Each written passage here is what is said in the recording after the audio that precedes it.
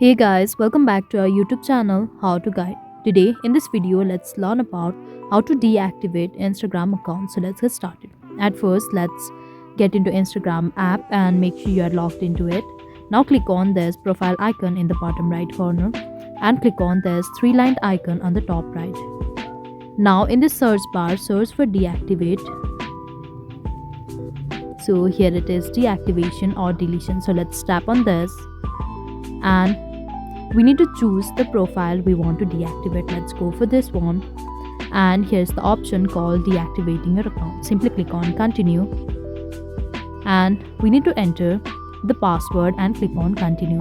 If you are sure about deactivating your account, enter the password and click on continue and click on confirm, after which your account will finally be deactivated. So that is all. I hope you liked the video. Please do like and subscribe. Thanks for watching.